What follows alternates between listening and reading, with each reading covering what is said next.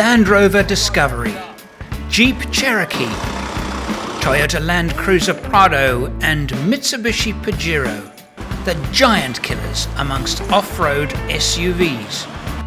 Where have they come from? Where have they been? And where are they now? I'm St Pierre White. Join me as I share my passion for building four-wheel drive trucks and then travelling to the remotest parts of the world. What sets these mid-size SUVs apart from so many others is that they can all be called true 4x4s. And that's because they all have proper low transfer gearing and enough clearance for them to be good off-road. In the same class, but never quite making the limelight, were SUVs like the Isuzu Trooper, also called the Holden Jackaroo, which was really rather good, and the SsangYong Musso, which was biblically awful, and the Nissan Pathfinder, so dull nobody noticed it. Yeah, you see.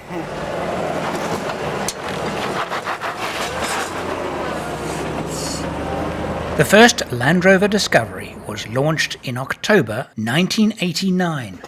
While it was based on the Range Rover Classic, it would have a lower price aimed at the larger market segment intended to compete with the Japanese. In 1992, Discovery underwent a major facelift. Improvements included alloy wheels, the 200 turbo diesel engine. It retained the Range Rover's permanent four-wheel drive system with lockable centre differential and low transfer gearbox. I personally really liked Discovery 1.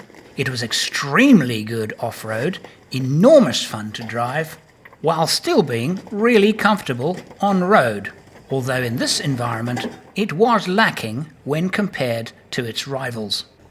But without question, what stood Discovery apart was its wonderful off-road prowess. In 1998, that was all ruined with the introduction of the Discovery 2. Introduced to be less utilitarian and to have more space in the back, it was based on the same chassis but with an extended body. And it was at this time that Land Rover introduced its traction control system, which Land Rover reckoned would render the centre differential lock redundant. They were wrong. Customer demand soon sorted that out with the reinstatement of the centre differential lock, correcting this, what I would call, mistake.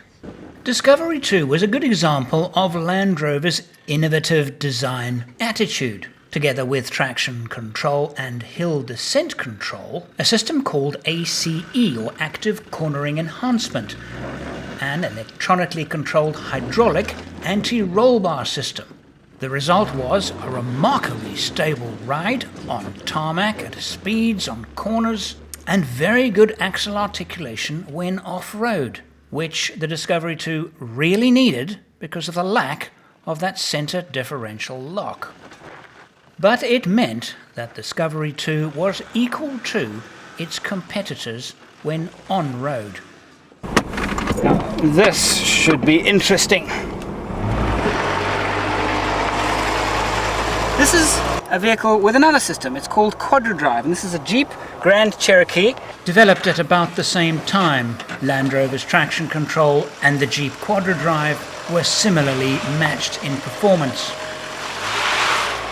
Evidence of this was clear. Which one was judged to be better was based entirely on what brand was preferred by the reporter, or in my case a few times, the absurd notion that whatever country the reporter was born in would dictate the winner. Okay, the difference in driving styles is not immediately apparent, but with the traction control, generally you have to be more aggressive. No question about it. Land Rover fans still look back with fond memories of what is surely the world's finest true off-road international event, the Camel Trophy, The vehicles of choice for the 1990 to 1997 events were all Land Rover Discoveries. Because Discovery was still based on the age-old ladder-type chassis, things had to change if the vehicle was going to keep up with progress.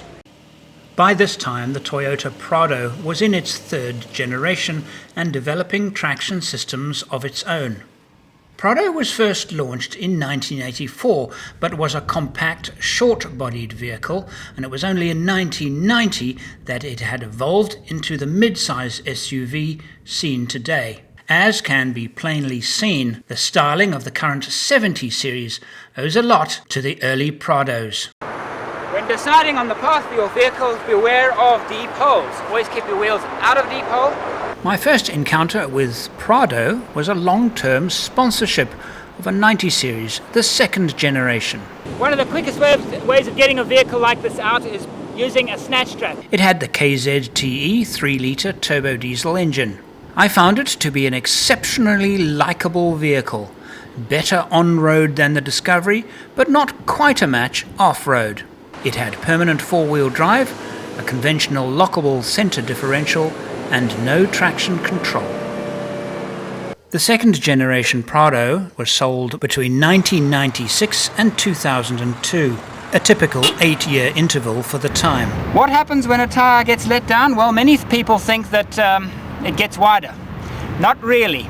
Called the Colorado in the UK, they were built in Japan and Colombia. The impression of the Prado is that when you're on rough ground, it's a very solid vehicle. It handles corrugations very well. It handles rough ground very well. But driving on dunes is not really a great place to get a true impression of an off-road vehicle, because even vehicles without low-range gearboxes do well in the dunes. Mitsubishi markets its mid-sized SUV as the Montero in Spain and the Philippines and some of the Americas, Shogun in the United Kingdom, and Pajero in South Africa and Australia. The name Pajero comes from pampas cat, and not the other thing that some people assume it does. Making its debut, the first generation Pajero was launched at the Toyota Motor Show in 1981 and went on sale in May 1982. It started with a 3-door short wheelbase version and saw immediate success. Before getting to your destination, that's the time. My first encounter with Pajero was with the second generation. I was asked to be principal driver on a film shoot, and I got to drive it at very high speeds and in all kinds of terrain. I fell in love with Pajero and at the time considered it definitely one of best in class. Mitsubishi's foray into motorsport, with unparalleled success in races such as Paris-Dakar, was used to great effect by its marketing people. The third generation Pajero was launched in 1999 and was a complete departure from its predecessor. I got close to it, driving it in various off-road conditions at the Stony Ridge 4x4 Academy in Natal, South Africa. Now, I suggest with a vehicle that you're not familiar with, you first establish how fast the vehicle will run under engine compression alone, then you use the brakes to slow it down further. It was easy to see that this was a pretty capable and versatile station wagon. But this wasn't enough for me. So in 2009, with the fourth generation Pajero, I took it into the desert. This is what I love about testing four-wheel drives. I've barely been in the driver's seat for 10 minutes, and I'm about to go into low range and see what this thing can do off-road. My children are in the back, consisting of my 3 daughters from the right, Erin, Stephanie and Kate. Because it's marketed as a family 4x4, I thought, well, I'll put my family in it and I'll take it to the Namib. I had high expectations, but as many of you will know, I was disappointed in its performance. The word that springs to mind all the time is the word adaptation. The adaptations that the animals have to make to the desert.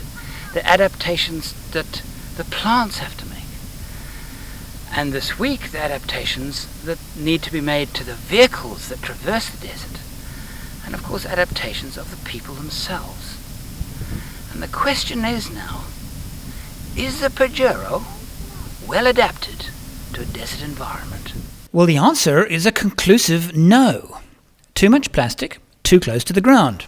The rear bumper has been pulled back, the front bumper is twisted, and the sump guard is bent. Pajero's big marketing angle was and still is Super Select 4-wheel drive, a system where you can drive in 2-wheel drive, 4-wheel drive, or locked up 4-wheel drive. I've never understood the benefit of the system apart from marketing. Why give an option of 2-wheel drive? It doesn't save fuel and decreases safety. I just don't see the point of it. Of all these four, it's the Jeep that is the vehicle that I've been exposed to the least. The first time I found myself driving a second-generation Grand Cherokee and concluded that its new quadra drive, while similar to Land Rover's first traction control, was in fact easier to drive and kinder on the environment. Next time was with a fourth generation, and quadra drive too. It was a revelation. Remarkable. By far the best electronic traction aid I'd ever seen. And she just kept shifting the power from the front axle to the back axle to the front axle.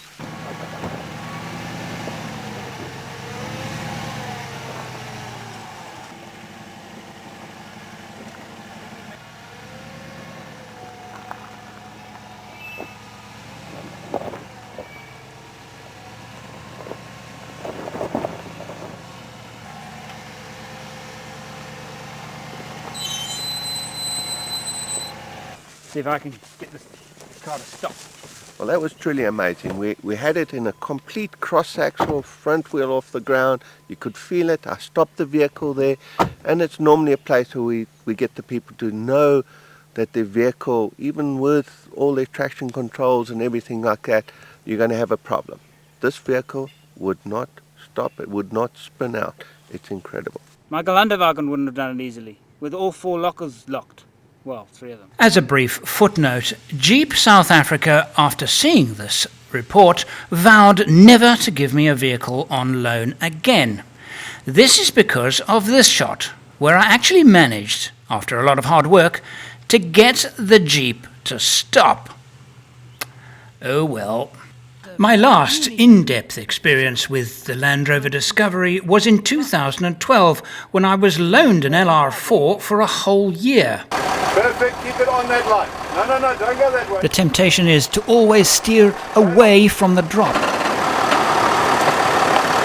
line, you've got plenty space. That one. You know that you have no idea the sense of relief that I'm feeling right now. In what? Goliath was what everybody was telling me about. Oh. That there was a 500-foot drop this far from the front wheel. And there was. Go. Stop. At the conclusion, I made a long-term review and concluded that the automation helped me enormously. Because in my experience with off-road driving, low-profile tires are a disadvantage. Low-profile tires at 3 bar, now you've got a serious disadvantage. And guess what? I had no disadvantage at all. Traction-wise, I wasn't spinning my wheels any more than these other 2 Defenders. No more. That's amazing. Without exception, it's this category of vehicle, and all of these 4 manufacturers have spent a lot of time, a lot of money engineering and developing off-road systems.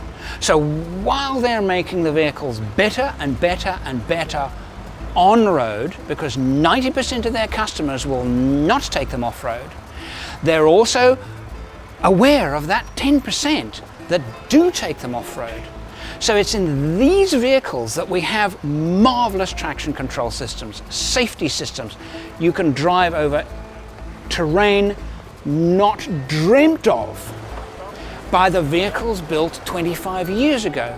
This Prado is far more capable than all its predecessors by quite a high measure.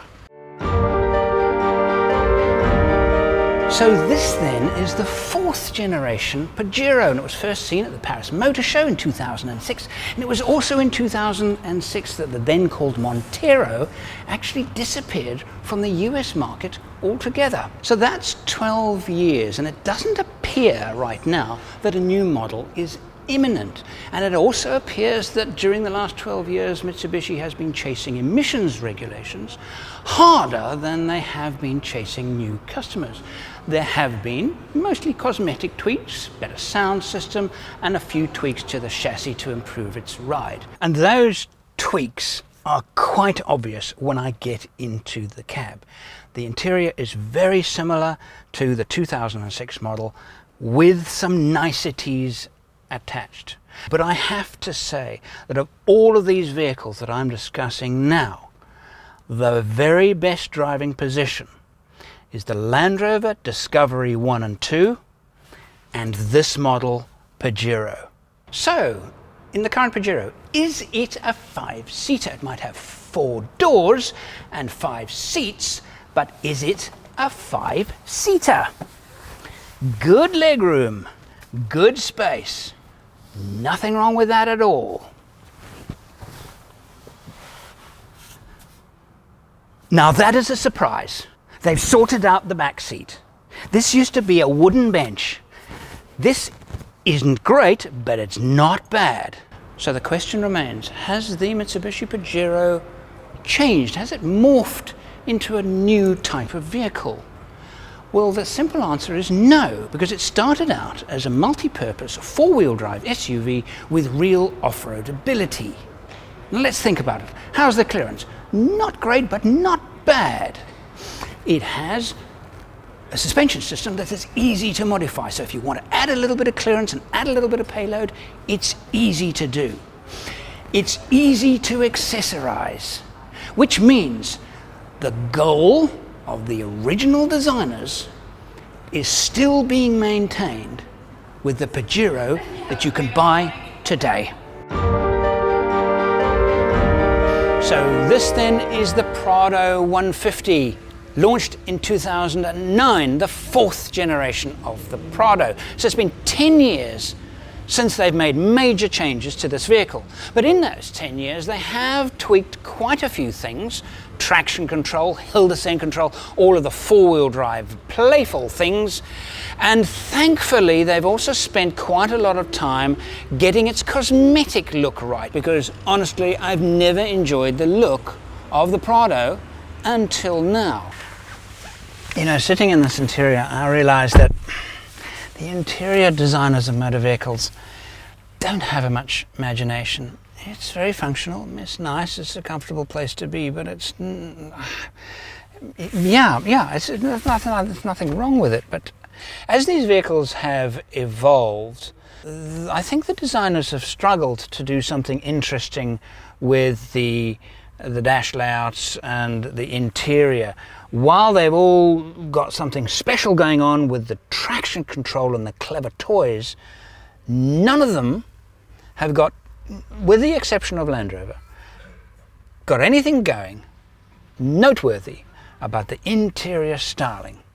I can't criticize it in any way at all, apart from the fact that they're a bit dull. And of course the test. It might be a 5-seater in the brochure, but is it a 5-seater actually? This has excellent legroom in the back, lots of space, definitely a class leader. But is it a 5-seater? No. It's no. Isn't that interesting? This is where the Pajero was 10 years ago. It didn't have a seat in the middle. This is the Prado. I'm sorry, guys, that's not a seat. It's not a seat. Yes, I'm ranting. This is a 5-seater. I'm buying a 5-seater. I want 5 seats, not 4 and a lump. Over 30 years on. Were the people that have bought the Prado all the way back then, the same kind of people that buy it today. And I think it's undisputed, yes, they were buying a vehicle that had 5 seats, 5 doors, was comfortable, and that could also go off-road because it had reasonable amount of clearance and it had low transfer gearing. So yes, yes, yes, yes, yes. So this is the same vehicle with a whole lot of new safety and technology added to it, delivering exactly the same promise that it did on day one. This then is the 4th generation Jeep Grand Cherokee. It has won more coveted awards than any other SUV in history, including safety, best in class, value, and it was first revealed to the public at the New York Motor Show in 2009.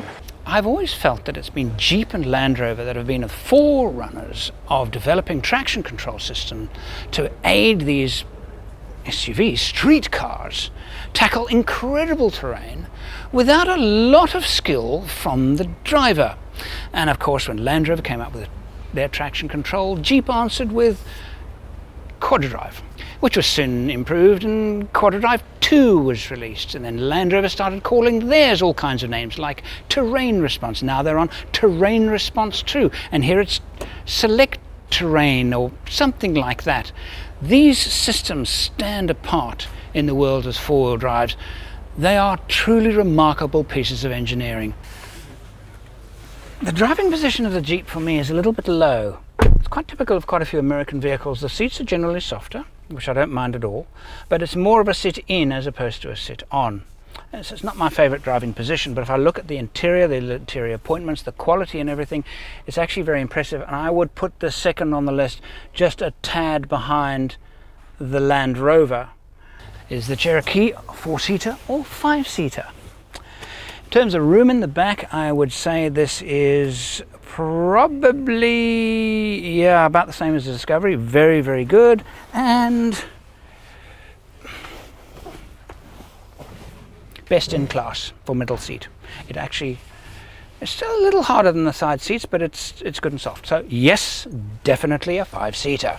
So, Grand Cherokee, are the people that bought the first ones the same kind of people that are buying them now?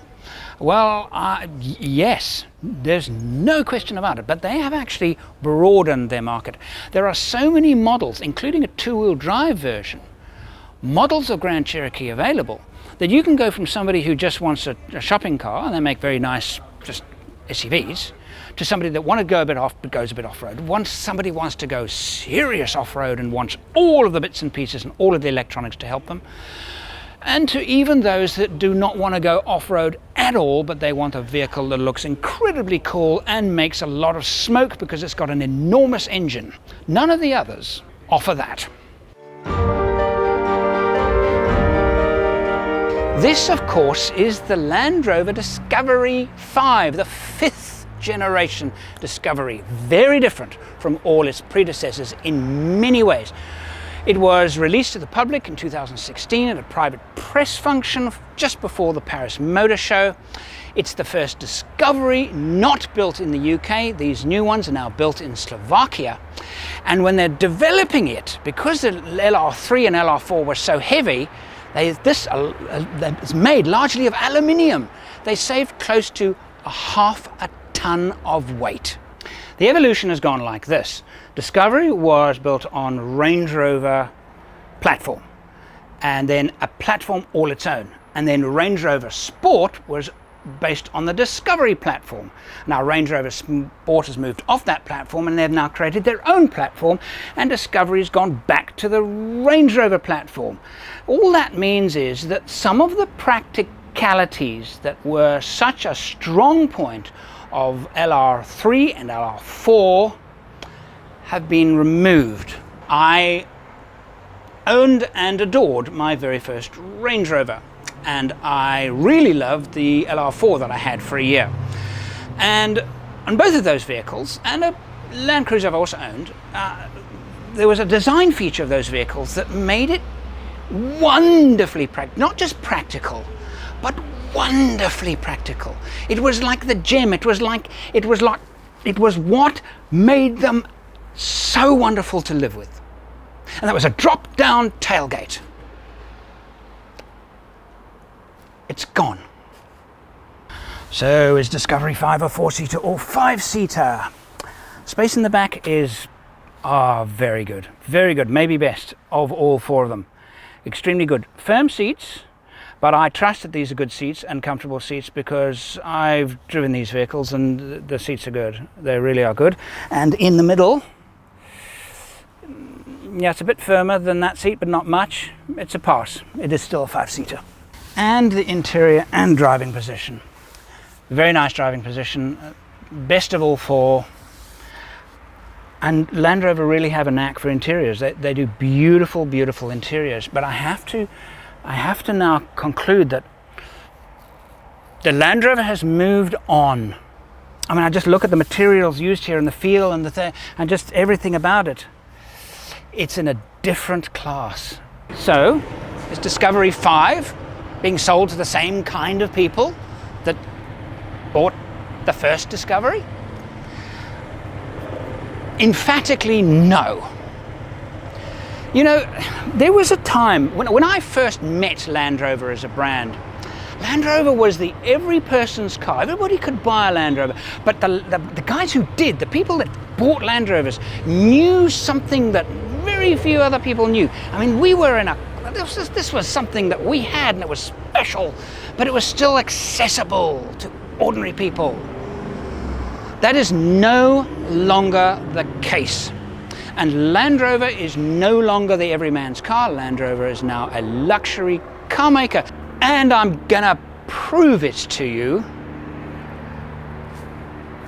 right now.